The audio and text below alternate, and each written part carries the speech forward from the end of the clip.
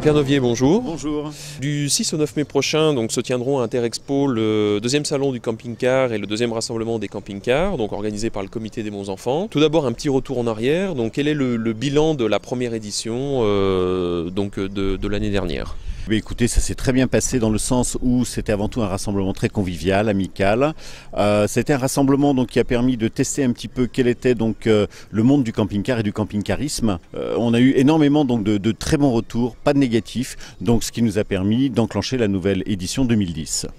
L'an passé, vous mettiez en avant l'aspect innovant, comme vous venez de le rappeler, d'une telle manifestation, première du genre à Bourg-en-Bresse.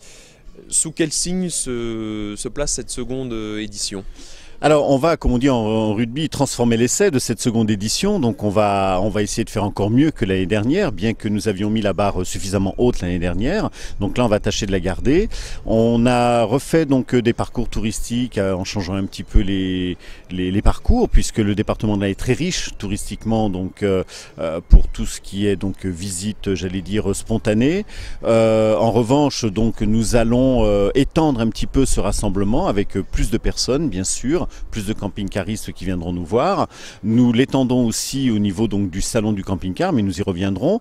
Et là, cette année, on va déjà bien asseoir la date du rassemblement du salon du camping-car à Bourg-en-Bresse et dans le département de l'Ain, de façon à pérenniser cette affaire.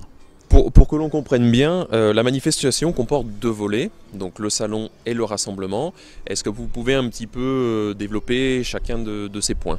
Alors il y a deux aspects, il y a l'aspect bien évidemment rassemblement touristique, convivial avec les camping-caristes, et il y a un aspect, j'allais dire, un peu plus commercial et surtout découverte du camping-car, en accueillant différentes marques, à peu près 8 marques de fabricants de camping-cars, qui cette année seront regroupées sur un espace beaucoup plus grand, un peu plus de 2000 m², avec plus de véhicules, une centaine de véhicules, neufs et occasion, mais plus de véhicules neufs, des présentations bien évidemment des nouveaux modèles, puisque c'est un petit peu comme la mode. Chaque année, des modèles nouveaux sortent des usines, des fabricants de camping-cars.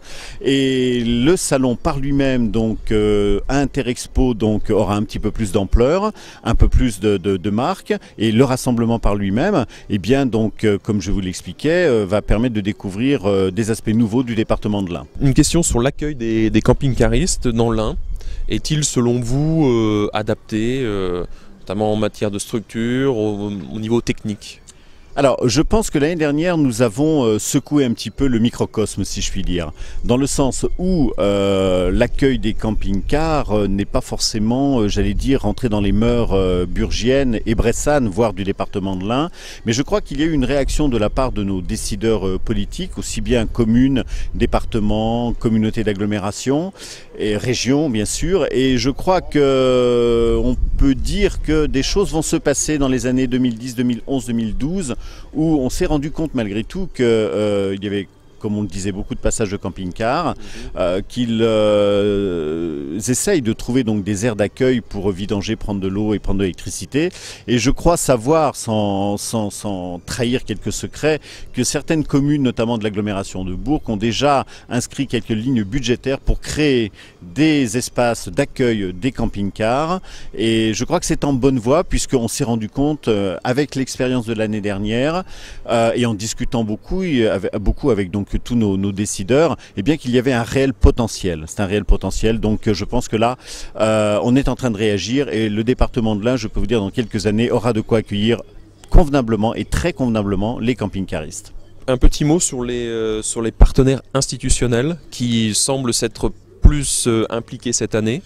Bien sûr, il faut bien un premier coup d'essai, comme on le disait. Cette année, nous avons le plaisir d'avoir comme partenaire le Conseil général qui nous avait déjà accueillis et soutenu l'année dernière. Nous avons l'agglomération de Bourg et Agglomération, la ville de Bourg-en-Bresse et surtout l'office de tourisme de Bourg et Agglomération. Et là, ils se sont vraiment impliqués pour nous aider à tout niveau pour créer et pérenniser ce rassemblement et ce salon. Le parc d'Interexpo, bien évidemment, aussi. Je crois que là nous avons fait un tour de table très intéressant cette année et qui, je pense, va donner de l'avenir à ce rassemblement, à ce salon pour de nombreuses années à venir là maintenant sur Bourg et le département de l'Ain. Justement, dans la perspective d'une troisième édition, quelles seraient un petit peu les pistes, les différentes idées pour pérenniser justement et bien installer cet événement à Bourg-en-Bresse?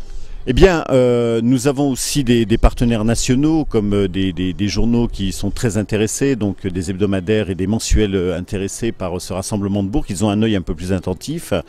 Encore une fois, donc on va essayer de bien asseoir parce que dans le département de l'Ain, nous essayons de faire les choses correctement, comme il faut. Nous sommes une terre d'accueil et là, donc pour les années à venir, cette année on pourra le voir aussi, on va bien asseoir la date qui sera récurrente, une date qui reviendra chaque année à peu près à quelques jours près.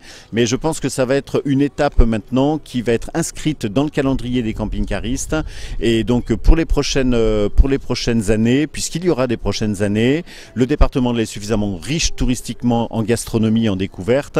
Je pense qu'on a encore largement les moyens de faire découvrir des choses nouvelles dans le département de l'Ain à nos amis camping-caristes français et étrangers. Il faut bien savoir que nous avons beaucoup de camping-caristes étrangers qui arrivent et qui passent par le département de l'Ain. Je pense que là, on a des points à jouer au niveau donc de notre économie et de notre, j'allais dire, parcours touristique.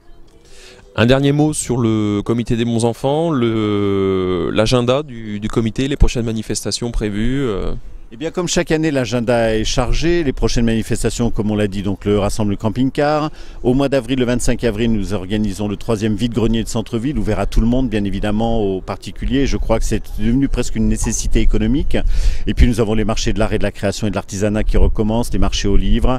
Et bien évidemment, donc, le marché de Noël en fin d'année qui, comme le fait le camping-car, au début, a balbutié un petit peu. Et donc, nous l'avons porté sur les fonds bâtis en 2003, nous sommes en 2010, il existe toujours et il a de plus en plus d'ampleur en souhaitant que le rassemblement et le salon du camping-car, dans 10 ans, nous soyons de nouveau rassemblés pour en parler encore. Père Novier, merci.